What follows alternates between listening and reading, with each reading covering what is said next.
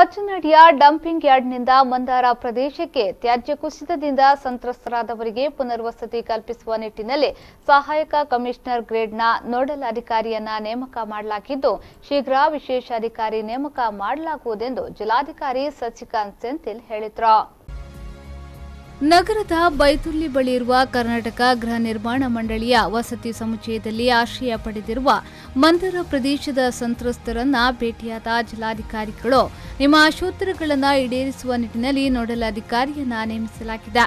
ಮುಂದಿನ ದಿನದಲ್ಲಿ ವಿಶೇಷ ಅಧಿಕಾರಿಯನ್ನ ನೇಮಿಸಲಾಗುವುದು. ವಾರಕ್ಕೊಂದು ಬಾರಿ ಸಂತ್ರಸ್ತರನ್ನ ಭೇಟಿಯಾಗಿ ಅಹವಾಲು ಆಲಿಸುವುದಾಗಿ ಜಿಲ್ಲಾಧಿಕಾರಿ ಸಂತ್ರಸ್ತರಿಗೆ ಭರವಸೆಯನ್ನ ನೀಡಿದ್ರು.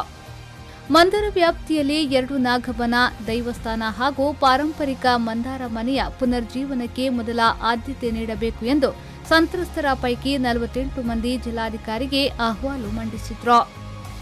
ಸಂಪೂರ್ಣ ನಾಶವಾಗಿರುವ ಮನೆಗಳಿಗೆ ಪರ್ಯಾಯವಾಗಿ ಅಷ್ಟೇ ಜಾಗ, ಮನೆ ಹಾಗೂ ಕೃಷಿ ಹಾನಿ ಪರಿಹಾರ ನೀಡುವುದು ಹಾಗೂ ಭಾಗಶಃ ಹಾನಿಗೀಡಾದ ಮನೆಗೆ ಮನೆಗಾದ ಹಾನಿ ಹಾಗೂ ಕೃಷಿ ಹಾನಿ ಪರಿಹಾರ ನೀಡುವಂತೆ ಸಂತ್ರಸ್ತರು ಆಗ್ರಹಿಸಿದ್ದಾರೆ.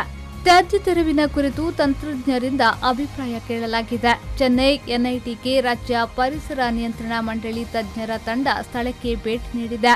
ಇಂದೂರಿನಿಂದ ಇನ್ನೊಂದು ತಜ್ಞರ ತಂಡ ಸದ್ಯದಲ್ಲೇ ಭೇಟಿ ನೀಡಲಿದೆ.